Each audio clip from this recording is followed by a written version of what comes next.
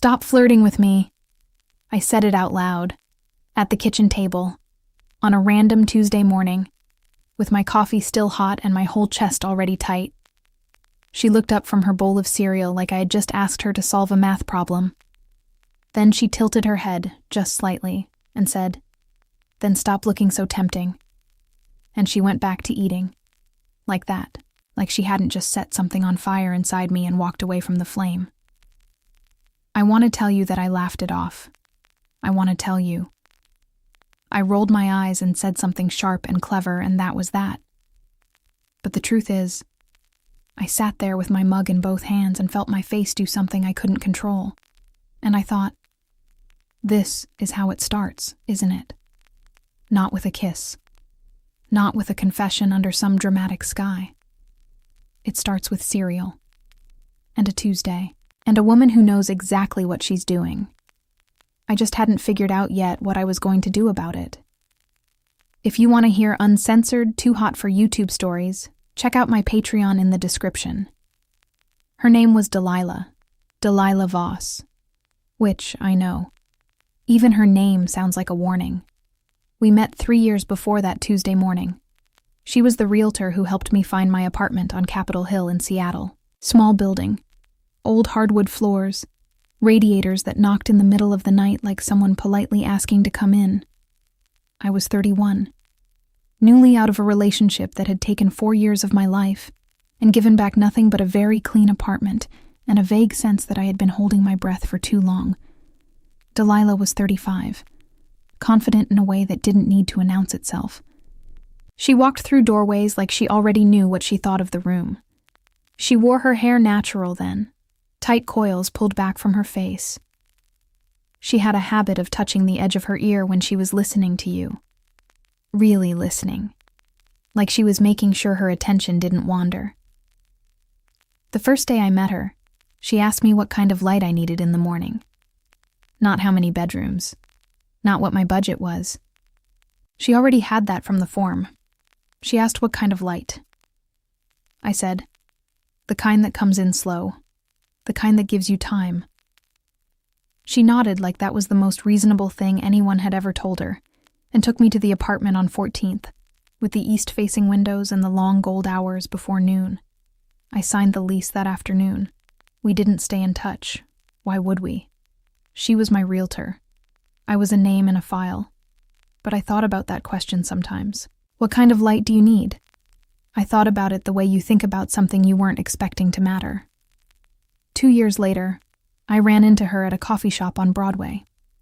She was sitting alone with a stack of folders and a look on her face that I recognized as someone who had been working through lunch for the 3rd day in a row. I stopped without meaning to. She looked up. There was a half-second where neither of us was sure if the other remembered, and then her face did something warm and she said, "East-facing windows." That was it. That was how we started. We got coffee. Then we got dinner the following week. Then she started texting me articles about neighborhood zoning changes because she knew I wrote about urban policy for a living, and I started texting her back with commentary that was more sarcastic than useful, and she seemed to enjoy that more than she should have. 6 months later, her lease was up, and my second bedroom was empty, and it was practical. It was completely, logistically practical. Seattle rents were what they were. My apartment was big enough. We got along. I told everyone it was practical. I told myself it was practical. And for a while, I believed it. Because the thing about Delilah was that she was easy to be around in a way I wasn't used to. Not easy like effortless. Easy like safe. Like you could say something half-formed, and she would understand the finished version. Like you could sit in the same room without filling the silence and it didn't mean anything was wrong.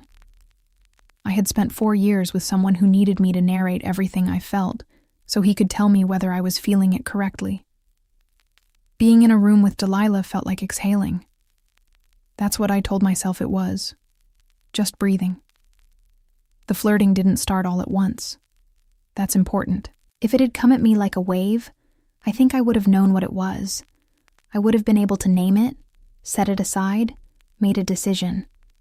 But it didn't. It came in slowly, the way a season changes. One day you notice the light is different, and you can't say exactly when it shifted. It started with small things. She had this habit of leaning in when she talked to me. Not inappropriately close. Just a degree or two closer than necessary. Enough that I could smell whatever she put in her hair. Something warm, like cedar and faint citrus. And then had to make a conscious decision to stay present in the conversation instead of cataloging that. She called me city girl when I said something cynical about green spaces. She left a coffee outside my door on the mornings she knew I had early deadlines. No note, just the cup. She laughed at things I said in a way that was different from polite laughing. Like she was genuinely surprised by me every time, like I kept exceeding some expectation she had set that I didn't know about. And I would feel that laughter somewhere below my ribs and tell myself, she's just friendly. She's warm with everyone. That's who she is. I had seen her with friends, colleagues, the downstairs neighbor who always had questions about his radiator. She was warm with all of them. But she wasn't like this with all of them. I knew that. I just wasn't willing to know it yet. There was an evening in early November. Cold outside, the kind that came in hard off the sound and made the windows sweat. We were on the couch with takeout containers between us watching some documentary she'd picked, and at some point she pulled a blanket over her legs, and then, without any announcement, without looking at me, she just extended one corner of it toward me. Not a word, just an offering. I took it. And we sat there under the same blanket for 2 hours, watching a film about migratory birds. And I didn't absorb a single fact about those birds, because the entire right side of my body was aware of her the entire time. I started paying attention to things I had no business paying attention to. The way she moved through the kitchen in the morning. The particular kind of quiet she had when something at work was bothering her. Slightly more contained, like she was taking up less space on purpose. The way she always touched the back of her own neck when she was thinking hard about something. I noticed when she was tired. I noticed when she'd had a good day before she told me. I noticed the specific way her face changed when she laughed versus when she smiled. And I noticed that she did both around me more than she did when she was on the phone. I told myself this was what roommates did. You got to know someone. You learned their patterns. That was what this was. Pattern recognition. Normal. The thing that broke that story was smaller than I expected. We were at a bar with friends. Her friends, who had become my friends in that quiet way that happens when you share a life with someone. And at some point someone asked how we met, which was a question we'd been asked before, and usually we just said through work, realtor client, moved in together, it's a whole thing, and laughed it off. But that night Delilah looked at me before she answered and said, she told me she needed light that came in slow. I knew I had to find her the right place. The way she said it. The way she looked at me when she said it. Our friends kept talking. Nobody else seemed to register anything. But I went to the bathroom and stood at the sink with the water running and looked at myself in the mirror and thought, you are in trouble. I didn't know how much yet. I went back out. I sat next to her. She handed me my drink without being asked. I took it and said nothing. But something had shifted in me by then, and I couldn't shift it back. Here is what nobody tells you about living with someone you're falling for. It's not dramatic. That's the thing. I had always imagined that kind of thing would feel catastrophic. Impossible to miss. Like a storm with a visible front. But it was just daily. Relentlessly, quietly, daily. It was every morning when I heard her alarm go off and felt myself wake up slightly differently than before. It was every evening when her key hit the lock and something in my chest did a small, involuntary thing before I'd even consciously registered she was home. It was the way I started cleaning the bathroom more regularly because I cared about what our shared space felt like. The way I stopped having bad days without noticing because she had a way of asking how my afternoon went that made me actually want to answer. I started working from home more. I told myself it was because I was on deadline. That was also true. It wasn't the whole reason. I would sit at the kitchen table with my laptop, and she would come in and out, making calls, printing contracts, doing whatever her day required, and I would write a sentence, and then fail to write a sentence, and then write a better sentence than I'd planned, and I'm not sure any of that was a coincidence. December was when the flirting stopped being deniable. It was small comments first. Things that could have been innocent. You look good in that color. You always know exactly what to order. The way she said it wasn't the words, it was the pause after. The slight smile she kept to herself before she looked away. Then it wasn't small comments anymore. We were in the kitchen one afternoon, and I was reaching for something on the top shelf, and I misjudged the distance and nearly knocked over the olive oil, and she caught it, her hand on the bottle, her other hand on my wrist, steadying me. And she laughed and said, "I've got you." It was 3 words, nothing words. Words people say all the time. But she kept her hand on my wrist for a second longer than the catching required, and she was close enough that I could feel the warmth of her. And she looked at me with those dark eyes and that quiet half-smile, and said it again, "I've got you." And I stepped back and said I was fine, and busied myself very effectively with a different cabinet. I replayed it for the rest of the evening. I replayed it in bed that night, and the next night. I started avoiding her, the way you avoid a bright window because you're not ready to see what's outside. I took longer walks. I went to coffee shops to work. I made dinner plans with other friends and came home after she'd already gone to bed. She noticed. Of course she noticed. Delilah noticed everything. She didn't say anything at first. She just gave me space, which was its own kind of answer. She was patient enough to give me room to figure out what I was doing, and that patience made it worse. Then one evening I came home from a walk, and she was sitting on the kitchen counter the way she sometimes did, eating an apple and reading something. And she looked up at me and said, "You're allowed to just say it, you know." I said, "Say what?" She gave me a look. The look was unbearable. Not mean. Not pushy.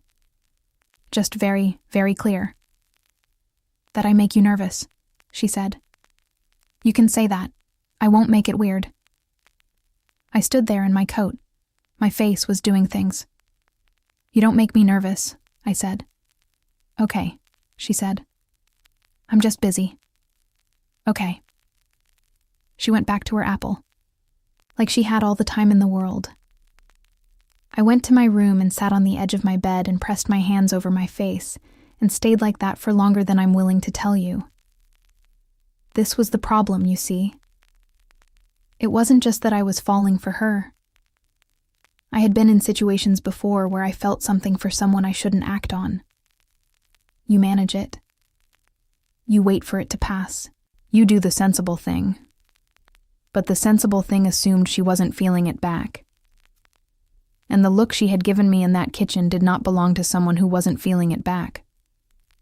And I didn't know what to do with that. Because here was the part I hadn't said out loud to anyone, including myself. I had been here before. Not with her, with someone else. A woman. 3 years before the apartment. Before the relationship that had taken 4 years and given back nothing. Before any of this. Her name doesn't matter. What matters is that I had felt this exact particular frequency of wanting before, with her, and I had been 26 years old and terrified of it. And I had pushed it down and told myself it was just admiration, just closeness, just the way intense friendship sometimes felt. And then, she had met someone, and gotten engaged, and I had sat at her engagement party and held a glass of champagne and felt something leave my body that never quite came back. I had called it friendship grief. I had made the loss manageable by giving it the wrong name. And then I had gone and done the sensible thing and found a man who seemed good and safe and correct and spent 4 years quietly holding my breath. I was 31 now. I was not 26. And I was standing in a different kitchen with a different woman, and I was out of wrong names. That was the real weight of it. Not just wanting Delilah, but knowing that wanting her meant finally admitting what I was, who I was, what I had been for years and years and spent so much effort not looking at directly. It was like standing in front of a door I had been walking past my whole life and realizing I had been carrying the key. I didn't know if I was ready to open it. I didn't know if I would ever be ready. But I also knew, lying in my room that night with the ceiling above me and her moving quietly in the kitchen next door and the radiator knocking its familiar knock, that not ready and forever were not the same thing. But before we continue, if you made it this far, it's because you know this feeling. That moment when you realize the door was never locked. You just kept telling yourself it was. Hit the like button right now. It's the simplest thing you can do, and it helps me keep bringing stories like this one to you. And if you're not subscribed yet, subscribe and turn on the bell so YouTube tells you when the next story drops. Now tell me in the comments, have you ever given a feeling the wrong name just to make it easier to carry? What did you call it instead? Write it for me. I read every single one. And tell me, what city are you watching from? I'll give you a heart. Okay, back to Delilah. January. Seattle in January is the kind of gray that becomes its own presence in the apartment. Not dark, not quite, just muted, like the city decided to think things over before committing to anything. I had been doing better, I told myself. I had been managing. I worked. I went out. I came home. I was pleasant and normal, and I did not replay conversations in the dark anymore, or at least I did it less. And then she had a terrible week. She had a deal collapse. A family she'd been working with for months, first-time buyers, found out 3 days before closing that the sellers had backed out. There had been a contractor issue, a miscommunication that turned into a legal question that turned into nothing moving forward until it got sorted. She came home on a Thursday, and I could tell the moment she walked in. I had learned her by then. I knew every variation of her quiet. This one had weight to it. She sat down on the couch and looked out the window and didn't reach for her phone and didn't turn on anything. I made tea. I didn't ask. I just made it and brought 2 cups and sat on the other end of the couch. She took the cup without looking at me. We sat in the gray evening for a while. Then she said, I really wanted this one for them. The light in the living room. The yard. I said, I know. She didn't say anything else for a while. Then she said, the husband cried on the phone. He thought it was something they'd done. I said, that's not your fault. She said, I know that. But it still landed on you. She finally looked at me. Yeah. Something passed between us in that look. Not romantic, or not only romantic. Something older and more fundamental than that. The thing that happens when you let someone see you when you're not managing it. She looked at me for a moment longer than she needed to. Then she said, you know I've been waiting. Right. My chest went still. Waiting for what? I said, even though I knew. For you, she said. Simply. Like it was just a fact. For you to figure out what you want. Or to decide you don't want it. Either one. I'm not trying to pressure you. I want you to know I'm not confused about what I want. The room felt very quiet. I said, I'm not. You don't have to explain anything to me tonight, she said. I'm not asking for anything tonight. I'm just tired of pretending I don't see you the way I see you. She set her cup down on the coffee table and leaned her head back and closed her eyes. I sat there and looked at her. The long line of her throat. The exhaustion that looked different from the careful way she usually held herself. The trust of it, falling apart in front of me, not because she forgot herself, but because she had decided I was worth falling apart in front of. I said her name. She opened her eyes. I'm scared, I said. It came out even. Surprising myself. I know, she said.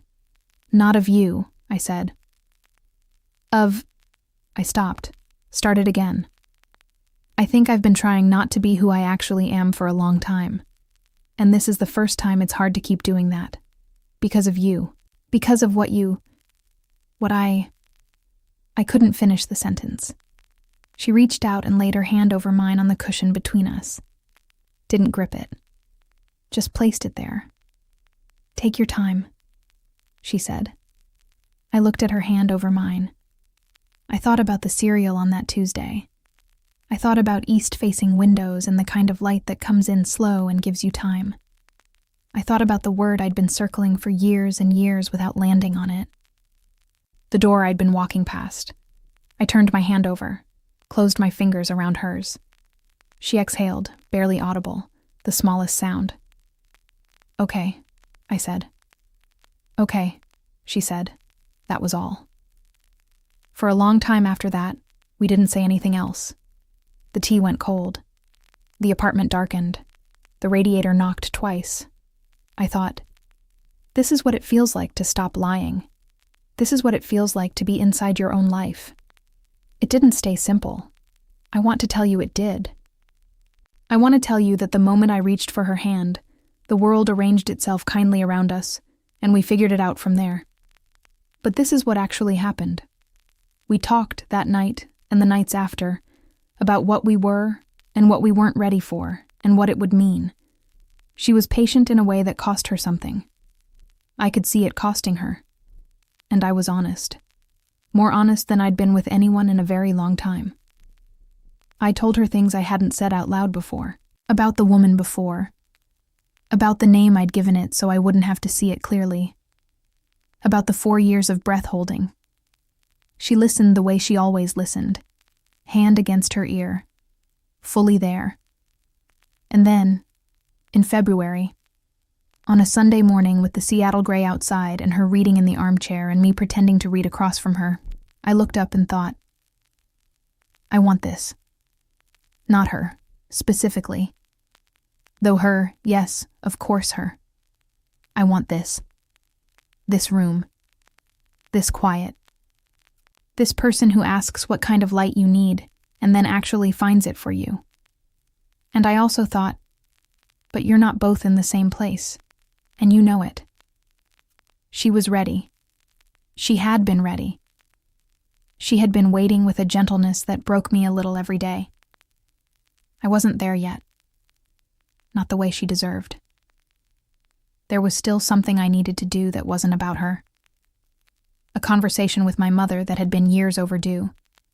A version of myself I hadn't introduced to my own life yet. A door I had finally walked through but whose rooms I hadn't finished entering. I told her this on a Sunday in late February, sitting across from her in the armchair. I said, I think you deserve someone who has already done the work, and I haven't done it all yet. She was quiet for a long time. Then she said, Is that the real thing? Or is it fear using a respectable voice? It was such a Delilah question. I thought about it. Actually thought about it, the way she'd taught me to. Both, I said. Mostly the real thing. She nodded slowly. I'm not breaking anything, I said. I don't know how to explain what I mean. I just know that if I stay here with you before I'm ready, I'll do it wrong. And you don't deserve wrong. She looked at me for a long time. Something in her face moved in a way she let me see. I know, she said finally. Her voice was even. Careful. I know you're right. It doesn't make it easier. I know. She stood up, set her book down on the chair.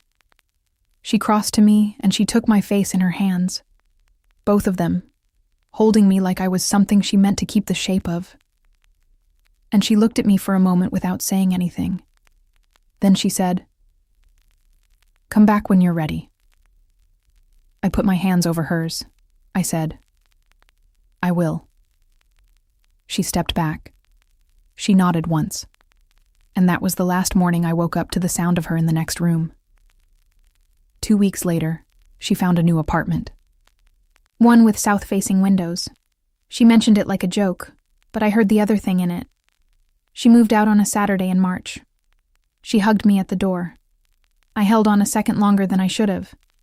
She didn't say anything about it. She left. I stood in the doorway and listened to her car until I couldn't hear it anymore.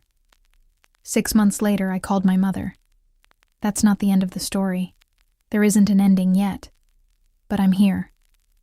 I'm in the apartment with the east-facing windows and the light that comes in slow. I stopped holding my breath somewhere between February and now, and I know the door. I know my way through it. Delilah was right about me before I was. That's what it feels like to be loved honestly. Not holding you. Just showing you where you are. If this story moved you in any way, write the word light in the comments, so I know you made it to the end with me. And if you want to keep feeling this, click the video that's coming up on your screen right now. Big kiss. See you in the next story.